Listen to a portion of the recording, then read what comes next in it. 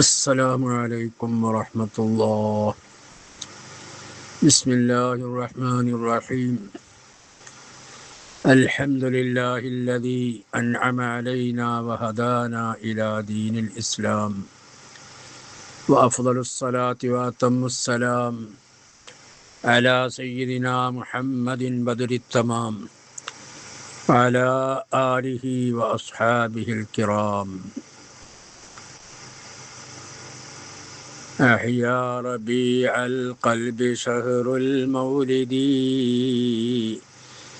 كل الأنام بذكر مولد أحمد. يا رب صل على النبي محمد،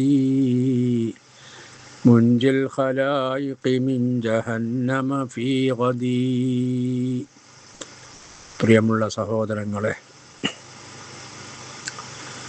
റസൂലുള്ളാഹി സ്വല്ലല്ലാഹു അലൈഹി വസല്ലമ തങ്ങളുടെ ജന്മം കൊണ്ട് അനുഗ്രഹീതമായ റബീഉൽ അവ്വൽ മാസം സമാഗതമായിരിക്കുകയാണ്. ഇവിടുന്ന് അങ്ങോട്ടൊരു മാസക്കാലം പ്രകീർത്തനങ്ങളുടെയും സലാത്തിൻ്റെയും മൗലിദുകളുടെയും അലയൊലികൾ ലോകമെമ്പാടും നടന്നുകൊണ്ടിരിക്കുകയാണ്, നടക്കുന്ന അവസരമാണ്. ഈ അവസരത്തിൽ റസൂലുള്ളാഹി സ്വല്ലല്ലാഹു അലൈഹി വസല്ലം തങ്ങളോടുള്ള മഹബത്ത് ആസ്പദമാക്കിക്കൊണ്ട്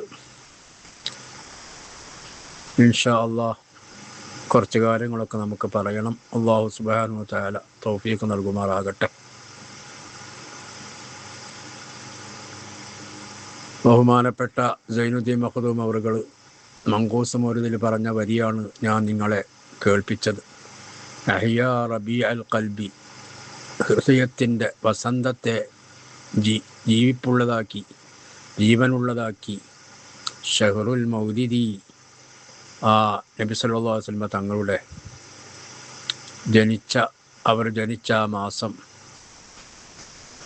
കുല്ലല്ലനാമി ബിദിക്രി മൗലിദി അഹ്മദി, അവിടുത്തെ ജനനം സ്മരിച്ചുകൊണ്ട് ജനങ്ങൾ മുഴുവനും അത് സജീവമാക്കിക്കൊണ്ടിരിക്കുകയാണ് എന്ന് പറയുന്ന വരിയാണ് ഞാൻ നിങ്ങൾ കേൾപ്പിച്ചത്. മഹാനവറുകൾ പറഞ്ഞതുപോലെ ലോകത്ത് എവിടെയൊക്കെ മുസ്ലിമീങ്ങളുണ്ടോ, മുത്തുനബിയുടെ ഉമ്മത്തുകൾ എവിടെയുണ്ടോ അവരെല്ലാവരും ആഘോഷഭരിതരാണ്, സന്തോഷഭരിതരാണ്. ഒരു നിലക്കല്ലെങ്കിൽ മറ്റൊരു നിലക്ക് അവിടത്തോടുള്ള സ്നേഹം പ്രകടിപ്പിച്ചു കൊണ്ടിരിക്കുകയാണ് ഇനിയുള്ള നാളുകൾ. അതിൻ്റെ ഒരു ഭാഗമായി നമുക്കും നിലകൊള്ളണം. അതിന് ഒരുപാട് കാര്യങ്ങൾ നമ്മൾ ശ്രദ്ധിക്കേണ്ടതുണ്ട്, നമ്മുടെ ജീവിതത്തിലേക്ക് കൊണ്ടുവരേണ്ടതുണ്ട്.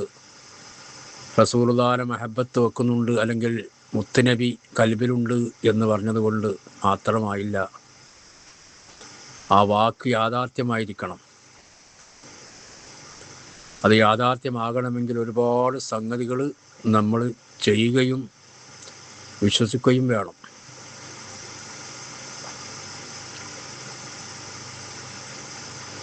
അതിലാദ്യമായിട്ട് നിങ്ങളോട്, എൻ്റെ നഫ്സിനോടും ഉപദേശിക്കാനുള്ളത്, റസൂലുള്ളാഹി സ്വല്ലല്ലാഹു അലൈഹി വസല്ലമ തങ്ങളുടെ പേരുള്ള സ്വലാത്ത് അധികരിപ്പിക്കുക. അത് മഹബത്ത് വർദ്ധിപ്പിക്കാനുള്ള വളരെ പ്രധാനപ്പെട്ടൊരു സംഗതിയാണ്.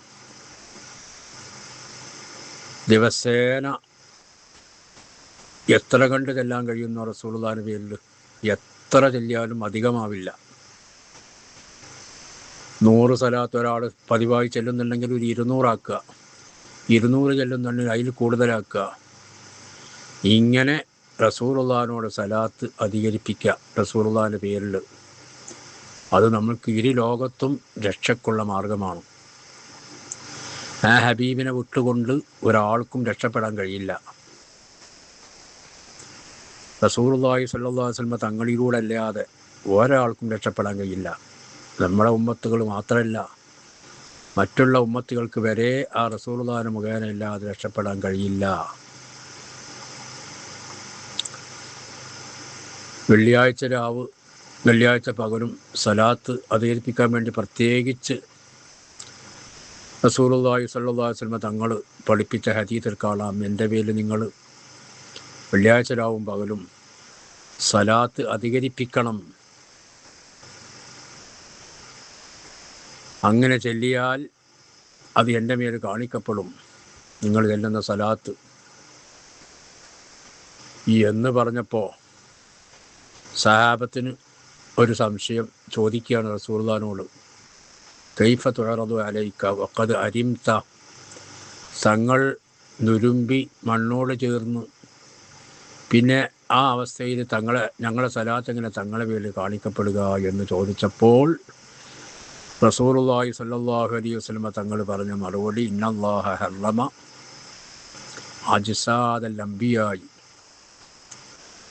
അലൽ അർദ് അജ്സാദൽ അംബിയ, തീർച്ചയായും അല്ലാഹു തആല ഭൂമിൻ്റെ മേലെ ഹറാമാക്കിയിരിക്കുന്നു അംബിയാക്കൾ അവരുടെ ജസദ്, അവരുടെ ശരീരം തിന്നുന്നതിന് ഹറാമാക്കിയിരിക്കുന്നു. അതുകൊണ്ട് ഞാനടക്കമുള്ള നബിമാരാരും നശിച്ചു പോവുകയില്ല, അവരുടെ ഖബറിനകത്ത് അതേ നിലക്ക് തന്നെ അവരെ എങ്ങനെയാണോ അവിടെ അടക്കം ചെയ്ത് അതേ രൂപത്തിൽ തന്നെ ഉണ്ടാകും എന്ന് റസൂലുള്ളാഹി സ്വല്ലല്ലാഹു അലൈഹി വസല്ലം തങ്ങൾ പഠിപ്പിച്ചതായിട്ട് കാണാം.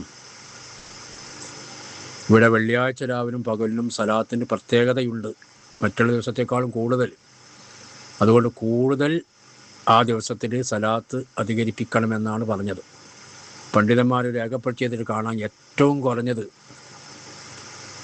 സലാത്ത് അധികരിപ്പിച്ചു എന്ന് പറയണമെങ്കിൽ, സലാത്ത് ചൊല്ലി പറഞ്ഞാലും ഒന്നില്ലേ മതി, പക്ഷേ അധികരിപ്പിച്ചു എന്ന് പറയണമെങ്കിൽ മിനിമം 300 സലാത്തെങ്കിലും ചെല്ലണമെന്ന് പണ്ഡിതന്മാർ പറഞ്ഞതായിട്ട് കാണാം.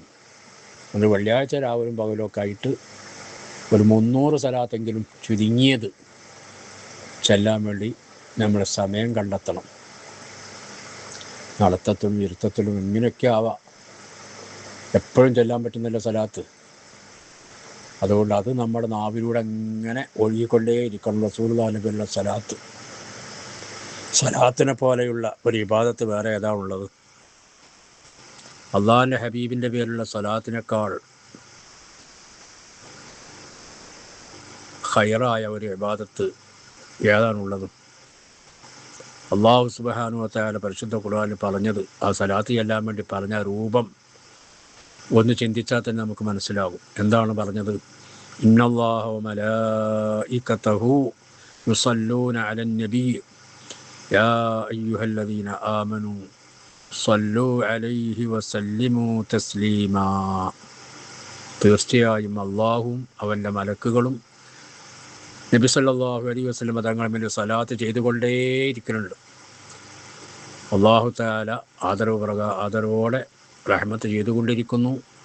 അതുപോലെ തന്നെ മലക്കുകൾ ഇസ്തിഗ്ഫാർ ചെയ്തുകൊണ്ടിരിക്കുന്നു, ദുആ ചെയ്തുകൊണ്ടിരിക്കുന്നു, അങ്ങനെ ചെയ്തുകൊണ്ടേയിരിക്കുന്നു എന്ന് പറഞ്ഞിട്ട് പിന്നെയാണ് അള്ളാഹു പറയുന്നത്, യാ അയ്യുഹല്ലദീന ആമനു, വിശ്വസിച്ചവരെ, വിശ്വാസികളെ, ആ നബിയെ കൊണ്ടും അള്ളാഹുവിനെ കൊണ്ടും വിശ്വസിച്ചവരെ, സല്ലു അലൈഹി വസല്ലിമു തസ്ലീമാ, ആ നബിയുടെ മേൽ നിങ്ങൾ സലാത്തും സലാമും ചൊല്ലുക.